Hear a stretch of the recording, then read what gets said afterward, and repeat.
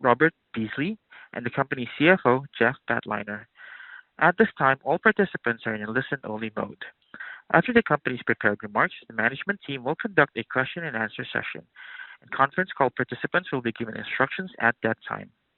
As a reminder, this conference call is being recorded and will be available for replay in the investors section of the company's website at www.getfluent.com.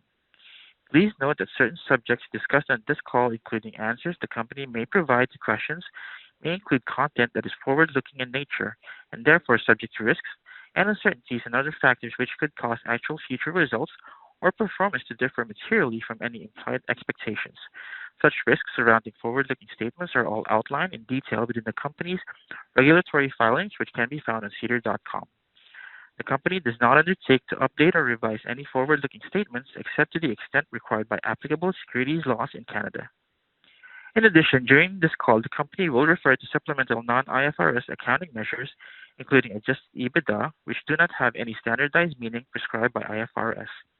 As a final reminder on today's call, unless otherwise indicated, all dollar amounts are expressed in US dollars. I would now like to turn the conference call over to Mr. Robert Beasley, the company's CEO. Sir, please go ahead. Thank you, and good afternoon, everyone. We continued hitting key milestones during the fourth quarter, generating record revenue and posting our ninth consecutive quarter of positive cash flow from operations. These metrics reinforce both the consistency of our business and the execution of our strategic initiatives as we lay the foundation for Cansortium's future growth. We remain laser-focused on execution and cash flow generation. Jumping into our fourth quarter and recent highlights. In Florida, we grew revenue 10.8% in the state and continue to ramp the 4 dispensaries we opened during 2023. The additional headcount and marketing costs associated with these new locations has partially impacted our bottom line as they ramp up. However, investment in our team and overall infrastructure are necessary to support our growth. We have opened 2 new dispensaries in Florida so far in 2024 and are carefully positioning our development of future facilities with an eye on the potential for adult use as the market transitions in Florida. On the cultivation side, we continue to realize the benefit of investments made during 2023, with our flower quality seeing further improvement and our average THC percentage now exceeding 27%, with many of our strains routinely exceeding 35%. Our improved product quality has enabled us to sustain higher pricing across virtually all product categories, including flower and vape cartridges. During 2023, we also released our first line of concentrates. Cured sugar was the product of our first choice and our first rollout. And in 2024, we're looking forward to releasing additional concentrate lines and dabbable products. We've also made considerable improvements to our delivery devices, our product components, and packaging that will help improve the patient experience. We saw some strength in the average basket size during Q4, which is partially driven by the higher average pricing, an encouraging sign as we move into 2024. It does appear that the pricing decline has arrested and is now starting to incline. I want to acknowledge the recent Supreme Court ruling, which allows the possibility of adult use on the ballot in the fall. We remain focused on operating our business under the current regulatory framework, and we look forward to doing our part to help this measure pass the referendum.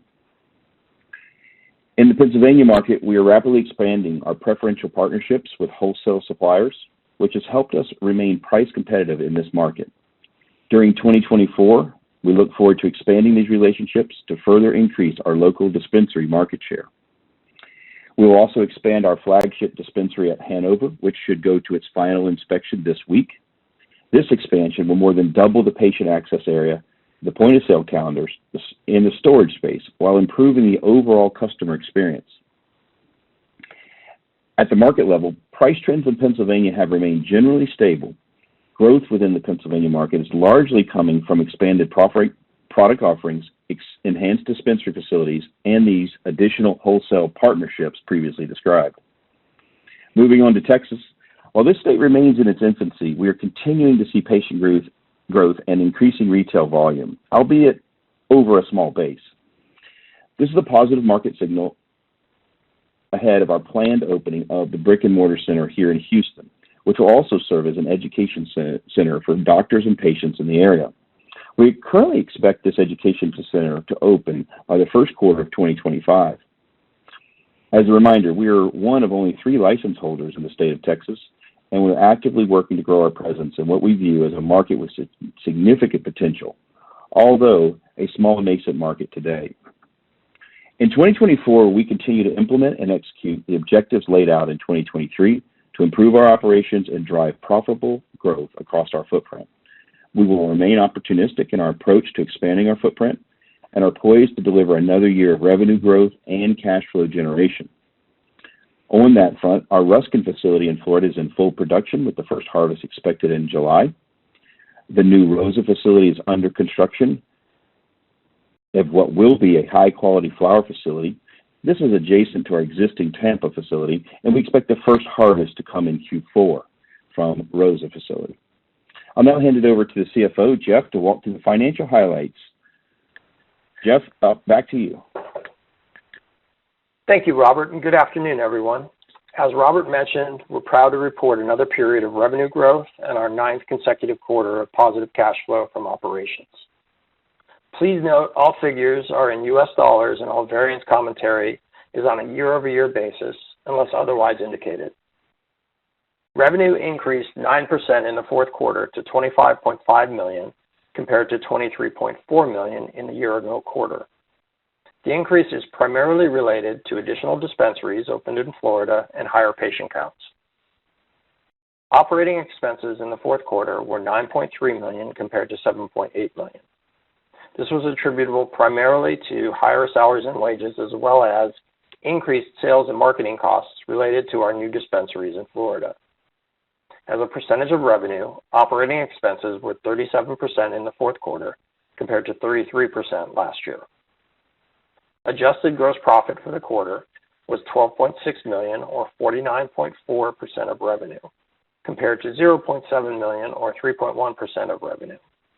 The change in gross margin was primarily related to the IAS 41 addendum adjustment made in 22, as well as operational efficiencies in cultivation and production in the fourth quarter of 2023. Adjusted EBITDA for the quarter was $6.9 million compared to $7.9 million, with the decrease primarily attributable to additional salaries and wages. The additional salaries and wages were driven by additional employees to support our dispensary growth. Cash from operations during the fourth quarter was $1.4 million compared to $3.6 million in the prior period. For the full year, revenue increased 11% to $97.3 million compared to $87.7 million in 2022. The increase is primarily related to additional dispensaries opened in Florida and higher patient counts. Operating expenses for 2023 were $38.3 million compared to $33.1 million, with the increase primarily attributable to increased headcount to support our new store growth. Adjusted gross profit for the full year was $49.5 million or 50.9% of revenue, compared to $44 million or 50.1% of revenue in the prior year. The increase in gross margin was primarily related to improved cultivation and production efficiencies as the company increases output. Adjusted EBITDA for 2023 was $27.2 million compared to $25 million, with the increase primarily attributable to higher revenue on increased customer transactions, slightly offset by higher SG&A due to the additional dispensary locations. Cash from operations during 2023 was $18.5 million compared to $19.1 million in the prior year. On December 31st of 2023, we had approximately $10.5 million of cash and cash equivalents, $61.4 million of total debt, with approximately 300 million shares outstanding.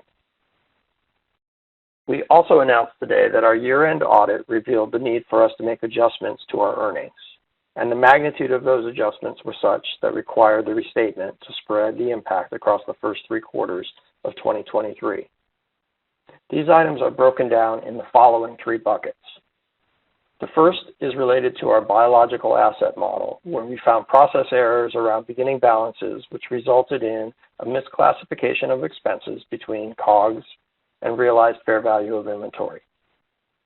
This does not impact net income, but it does impact adjusted EBITDA. The total impact is $6.7 million, and the quarters impacted are the first 3 quarters of 2023.